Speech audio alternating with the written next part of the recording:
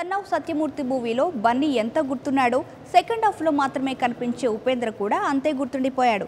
త్రివిక్రమ్ మాటల మాయలో మునిగి తేలుతున్న ప్రేక్షకులకు కాస్త మసాలా టచ్ ఇచ్చి నెగిటివ్ షేడ్స్ ఉన్న క్యారెక్టర్ని అద్భుతంగా పోషించాడు ఉప్పి.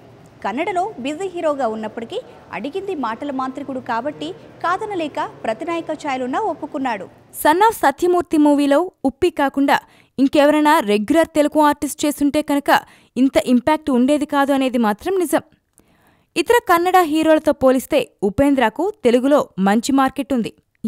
ఉపేంద్ర, రా సినిమాలు ఇక్కడ నుంచి వసూలు రాబట్టాయి. కన్యాదానం లాంటి స్ట్రైట్ సినిమాలు తీసుకొచ్చిన పేరు కూడా చిన్నదేమీ కాదు.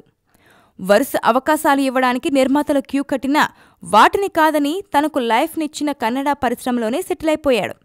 ఈ మధ్య గోపాల గోపాల రీమేక్లో వెంకటేష్ పాత్రను సుదీప్ కాంబినేషన్లో చేసి మరో హిట్ తన ఖాతాలో వేసుకున్నాడు. ఇంతకాలం తర్వాత మరోసారి ఉపేంద్ర తెలుగు తెరపై కనబడనున్నాడు. అది కూడా త్రివిక్రమ్ దర్శకత్వంలోనే.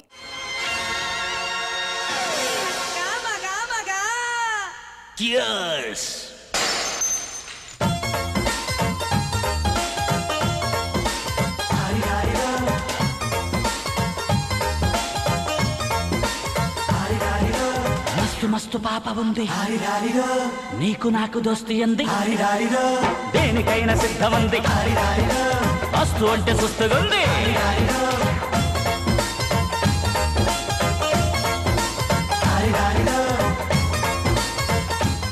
ప్రస్తుతం కాటమరాయుడు ఫినిష్ చేసే పనిలో ఉన్న పవన్ కళ్యాణ్ ఆ తర్వాత త్రివిక్రమ్ మూవీ చేయబోతున్న సంగతి తెలిసిందే.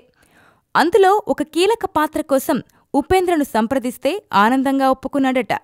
ఇంకేముంది, పవర్ స్టార్తో Kannada burning star Upendra combo సీన్లకు థియేటర్స్ మోతమోగిపోవాల్సిందే. సన్ ఆఫ్ సత్యమూర్తి మూవీ కంటే బెటర్గా ఇందులో మరో పాపులర్ పాత్ర డిజైన్ చేశాడట త్రివిక్రమ్.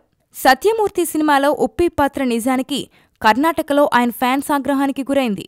దానికి విలన్గా కనబడ్డం ఒక కారణం కాగా, చివర్లో హీరో ముందు మోకాళ్లపై నిలబడ్డం కూడా వాళ్లకు నచ్చలేదు. ఈసారి అలాంటి పొరపాట్లకు తావివ్వకుండా జాగ్రత్త పడుతున్నాడు త్రివిక్రమ్. మొదటిసారి పవన్ సినిమాకు తమిళ యువతరంగం అనిరుద్ రవిచందర్ సంగీతం అందిస్తున్నాడు. ప్రతిదీ సెన్సేషనల్ న్యూస్లా వినబడుతున్న ఈ మూవీకి దేవుడే దిగివచ్చిన అనే టైటిల్ పరిశీలనలో ఉంది.